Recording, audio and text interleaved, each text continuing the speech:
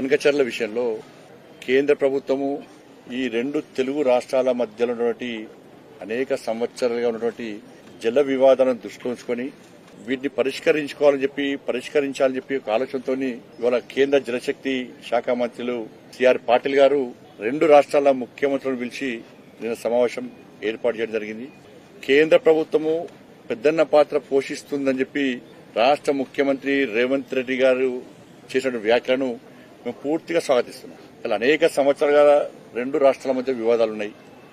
దీన్ని బూచిగా చూపెట్టి అనేక రాజకీయ పార్టీలు అనేక మంది రెండు రాష్ట్రాల మధ్య వైరుధ్యాలు సృష్టించాలని ప్రయత్నం చేస్తున్నారు.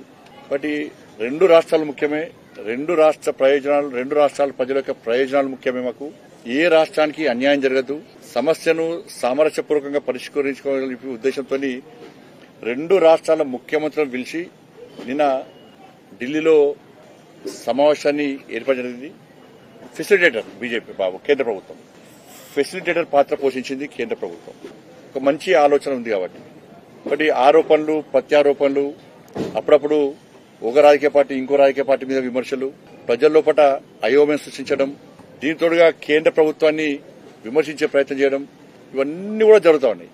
బట్ దీని పరిష్కారం చూపెట్టాలనే ఉద్దేశంతోనే నిన్న ఒక మంచి ఆలోచనతో కేంద్ర ప్రభుత్వం నిన్న రెండు రాష్ట్రాల ముఖ్యమంత్రులను సమావేశాన్ని ఏర్పాటు చేయడం జరిగింది. నిన్న సాయంత్రం టీవీలు చూసుకున్నాక కాంగ్రెస్ పార్టీలు బీఆర్ఎస్ పార్టీలు కాంగ్రెస్ పార్టీని ఇలా అక్కడ రాష్ట్ర మంత్రి ఏమో బనకచెర్ల విషయంలో కమిటీ చేస్తామన్నారని చెప్పి ఆయన చెప్పాడు.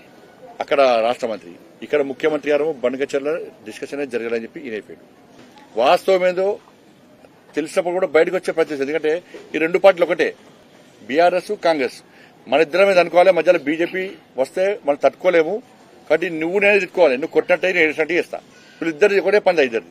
ఇప్పుడు లోపల ఏం జరిగిందో రాష్ట్ర ముఖ్యమంత్రి గారు స్పష్టం చేయాల్సిన బాధ్యత వారిది ఉంది. అయితే ఈ రాష్ట్ర ముఖ్యమంత్రి అని చెప్పాలి, లేకుంటే ఆ రాష్ట్ర ముఖ్యమంత్రి అని చెప్పాలి.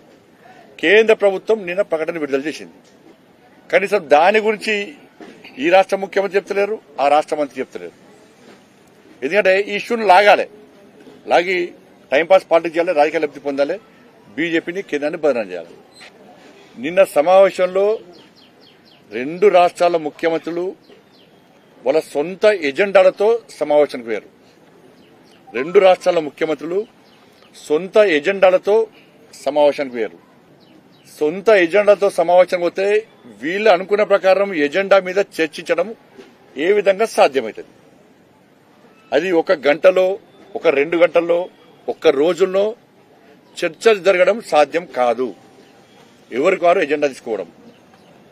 కేంద్ర ప్రభుత్వం ఎజెండా ఫిక్స్ చేస్తే మేము ఇది ఉంటారామని వీళ్ళంటారు, అది ఉంటారామని వాళ్ళంటారు. కేంద్రానికి ఏంది, రెండు రాష్ట్రాలు ముఖ్యము. ఆ రాష్ట్రానికి అన్యాయం జరగదు, ఈ రాష్ట్రానికి అన్యాయం జరగదు. సమస్య సామరస్యపూర్వకంగా ఇది జరగాలి. ఒక మంచి ఆలోచన కేంద్రం. ఇలా కేంద్రం విజయం సాధించింది. అలా ఇది కేంద్ర ప్రభుత్వం యొక్క విజయము. ఇరు రాష్ట్రాల ముఖ్యమంత్రులు కూర్చుండబెట్టి ఇన్ని సంవత్సరాలు ఏ పార్టీ ప్రభుత్వం కూడా రెండు రాష్ట్రాల ముఖ్యమంత్రులు కూర్చోబెట్టి సమస్యను పరిష్కరించాలని చెప్పి, జల వివాదాలను పరిష్కరించాలని చెప్పి ఏ కేంద్ర ప్రభుత్వం, గతంలో ఏ ప్రభుత్వం కూడా ఇంత సాహసంగా ముందుకు రాలేదు. నరేంద్ర మోడీ గారి ప్రభుత్వము ఇవాళ ముందుకొచ్చి మొట్టమొదటిసారిగా విజయం సాధించింది. ఇరు రాష్ట్రాల ముఖ్యమంత్రులు కూర్చోబెట్టడం ఇది మొదటి విజయం. ఇది గతంలో ఎవ్వరు కూర్చోబెట్టలే. ఇరు రాష్ట్రాల ముఖ్యమంత్రులను కలపాలని ఎవరు అనుకోలే, సమస్యను చర్చించాలని ఎవరు అనుకోలే. కాబట్టి నిన్న రెండు ఎజెండా తీసుకుపోవడంలో సమస్యలు పరిష్కరించడం, ఈ చర్చించడం సాధ్యం కాదు. కాబట్టి కేంద్ర ప్రభుత్వము రెండు ఎజెండాలకు సంబంధించి వీటన్నిటి మీద ఒక కమిటీ వేయాలని చెప్పి నిర్ణయించింది. ఆ కమిటీకి వీళ్ళ ఎజెండా గాని వాళ్ళ ఎజెండా గాని, రెండు రాష్ట్రాల వాళ్ళ ఎజెండాలను ఆ కమిటీ ముందు పెడితే ఆ కమిటీలో అంతా ఎక్స్పర్ట్స్ ఉంటారు. వాళ్ళు రెండు రాష్ట్రాల ప్రయోజనాలను దృష్టిలో ఉంచుకొని ఎవరికి అన్యాయం జరగకుండా ఉండడానికి ఆ కమిటీ చర్చించి నిర్ణయం తీసుకుంటది. ఇది క్లారిటీ. ఇది ఇంతకంటే నిన్న జరిగింది ఏం లేదు. దీని కేంద్ర ప్రభుత్వం క్లారిటీ ఉన్నది. కమిటీ చేసినప్పుడు ఏం చేయాలి, రెండు రాష్ట్రాలు కూడా పోయి ఆ కమిటీ ముందు మీ వాదనలు వినిపించాలి. ఈ రాష్ట్రానికి అన్యాయం జరుగుతుంది ఈ రాష్ట్రము, ఆ రాష్ట్రానికి అన్యాయం జరుగుతుంది ఆ రాష్ట్రము. అన్యాయం జరగకుండా ఏం చేద్దామో ఆ కమిటీ నిర్ణయం తీసుకుంటుంది. దీన్ని కేంద్ర ప్రభుత్వం కూడా, జలశక్తి మినిస్ట్రీ కూడా నేను ఒక ప్రకటన విడుదల చేసింది. వీళ్ళు ఇచ్చినటువంటి అన్ని అంశాల మీద మేము కమిటీ వేస్తున్నాం. ఇది క్లారిటీ.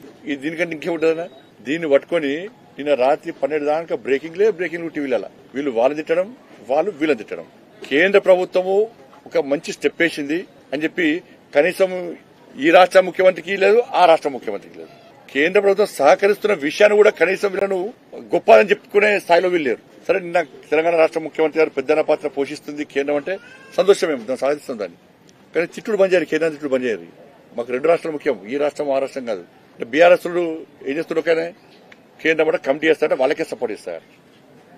ఇవాళ గత ప్రభుత్వం ఉన్నప్పుడు గతంలో బీఆర్ఎస్ పార్టీ కుమ్మక్కైంది, ఇప్పుడు ఈ పార్టీ కాంగ్రెస్ పార్టీ కుమ్మక్కైతున్నది. గతంలో మీరు చూసే రొయ్యల పులుసు స్టోరీ తెలిసే మీ అందరికీ.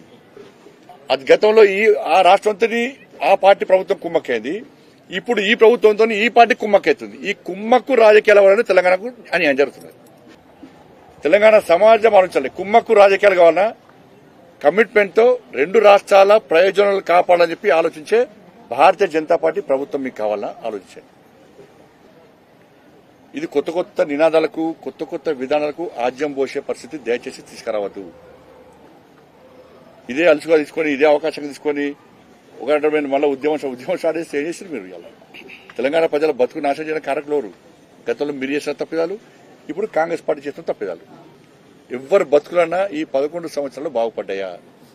ఈ సంవత్సరాల కాలంలో కాంగ్రెస్ పార్టీ ప్రభుత్వంలో ఏమైనా బాగుపడ్డాయా?